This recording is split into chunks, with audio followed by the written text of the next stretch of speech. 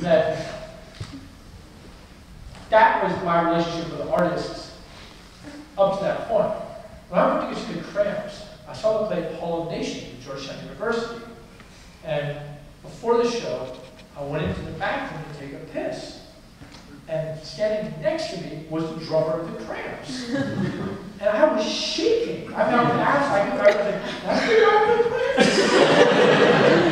You know, and that was like my introduction to punk.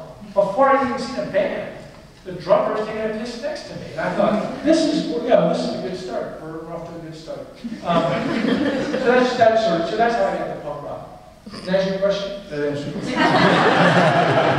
And a little bit more. All right. But the same, you've told me some really great stories. Henry's told them to me too about the first time you heard go-go, which is the other sound of Washington. Right. And really the sound of Washington at the time. Yeah, we were driving together. I remember very clearly. We were right where Gordon's at 35th and T. We were driving out of 1970 Plymouth Duster, and we were driving to the radio, and we listened to some funk stations because we loved like Parliament Funkadelic and the Ohio Players and Bootsy's Rubber Band and Cool in the Gang, whatever was on the radio, we listened to it, and we just heard this song, and it was such an incredible song. And the DJ said, that's Pump Me Up by Trouble Funk, Love the Boys, whatever. And we were like, whoa, like, who are these guys? It was the greatest song we'd ever heard. And I remember at that time, we were good friends with HR for the Bad Brains, and they were from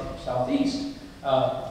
So I called, either I called or we talked to HR, and we said, like, what do you know about go-go, the Trouble Funk? What do you know about that? He said, oh, that's over, that's old. It's 1980, he said this, and he said, man, Trouble Funk, yeah, they're kind of old now. He said, you gotta check out the Junkyard Band. These kids just played their bucket band, they play on buckets, At that time, this Junkyard was literally just playing on, like, these, buckets or trash cans. You have photos of them in the show? Yeah. Yeah. You're running, dude.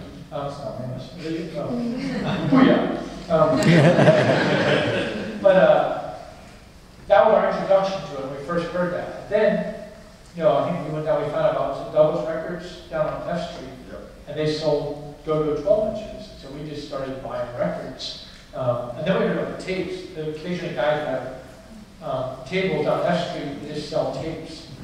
The price is always a little dubious.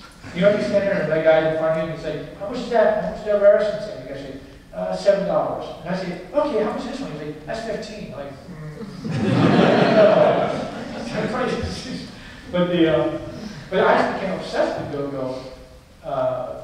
It was a really, and also at my high school, I was telling the class here yesterday, I went to 2 proms because I had a senior invite me when I was in 11th grade. And at that prom, the Mighty Peacemakers played. And they were pretty cool. And then at my prom, Dr. Webb's Funketeer, Dr. Webb was Mr. Webb, the driving instructor. He's a very good driver, but his funk chops were The Mighty Peacemakers played the prom then? They did, yeah. The first time. The second time was Dr. Webb's Funk. They played go-go too. That was the point. And then also, notoriously, in Wilson, there was a space in the basement called the Armory. It was just a big empty room. And they had occasionally have sock hops or dances down there. But they had a go-go there, and they had Mass Extinction play. This band, Mass Extinction, played. And a terrible fight broke out. 8 kids got stabbed at this thing. At which point, Mass Extinction changed their name to Mass Extinction. Check it out. The band is all brothers and sisters, so. Did you ever ask about the stabbing? Did they ever ask? Did you talk to this again about it? I could be making. They definitely changed their name. Mass Extinction to Mass Extinction. In my mind, if you play a show where people get stabbed, it's a good time to make that change.